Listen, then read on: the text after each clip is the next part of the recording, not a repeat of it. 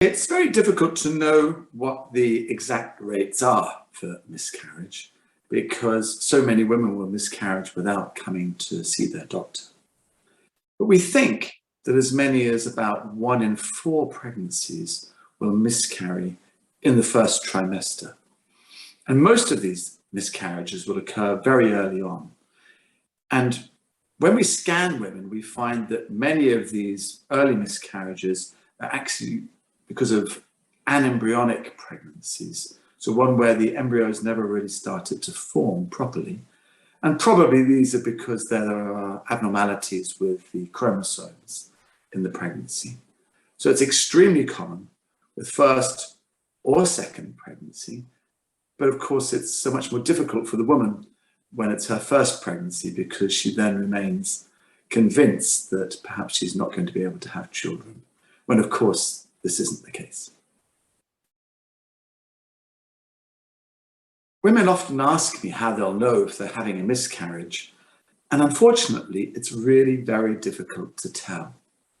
Many of our miscarriages these days will present on ultrasound scan, where women have had a positive pregnancy test, they go along to a facility for a dating scan, and unfortunately, at the time of the scan, it's seen that the embryo is too small, or perhaps there's no embryo present, or there's no heartbeat present.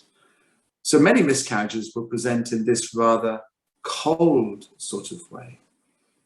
Of course, there are also women who will experience the more well-documented type of miscarriage where they will notice that they start to have some bleeding and also cramps, and then will pass large clots. Having said that, though, a lot of women will bleed in early pregnancy and they don't miscarry. So unfortunately, the symptoms and signs are not always that helpful, unless, of course, it's really obvious, in which case nobody can be confused in any way. The important thing to do if you're worried that you are having a miscarriage is to go and have a scan. This is the thing that really determines whether the pregnancy is going to be viable or not.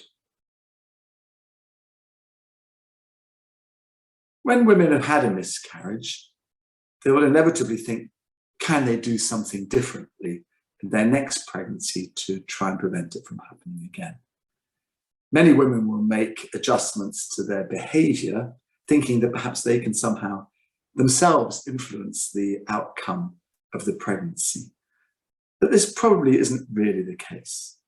A viable pregnancy is very, very hard to disrupt. And we only need to look at the behavior of some people who still go on to have children to see that the behavior in the mother really doesn't influence whether or not they'll have a successful pregnancy outcome very much.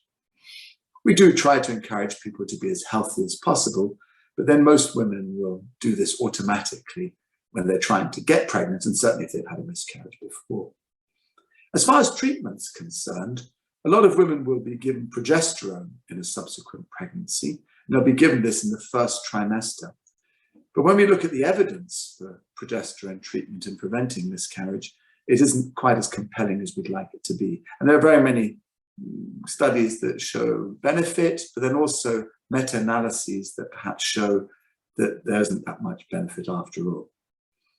In women with very specific problems, such as some form of clotting abnormalities or where they have antibodies, which can be detected on complex blood tests, then sometimes we will recommend to women to take heparin injections in the early part of the pregnancy. But this is really only something we would recommend once we've performed specific tests for this. Unfortunately, there doesn't seem to be very much one can do to prevent a miscarriage. Women will inevitably want to try their best to avoid it. They'll eat a healthy diet, they'll take vitamins, and they will perhaps modify their behavior. But as I say so often to my patients, there's really very little you can do. The chances are about 1 in 4. So the chances of it happening twice in a row are 1 in 16. So actually the chance it'll happen again is really relatively small. And unfortunately, what women need to do is to take the time to recover from their miscarriage, both physically, but more importantly, also mentally, and then try again. And I always really stress the fact that women must recover mentally, because inevitably they go into their next pregnancy with a very different state of mind. When they have a positive pregnancy test, they're not thinking, great, I'm going to have a baby. They're thinking, oh, I hope I'm not going to have a miscarriage again. And of course, it makes the early part of the pregnancy much more negative and much more difficult. The psychological impact of miscarriage is something that's quite often overlooked. And yet, many women will suffer very badly after they've had a miscarriage. There are a number of complex issues here. The first thing that's really important is how women are looked after when they're having a miscarriage.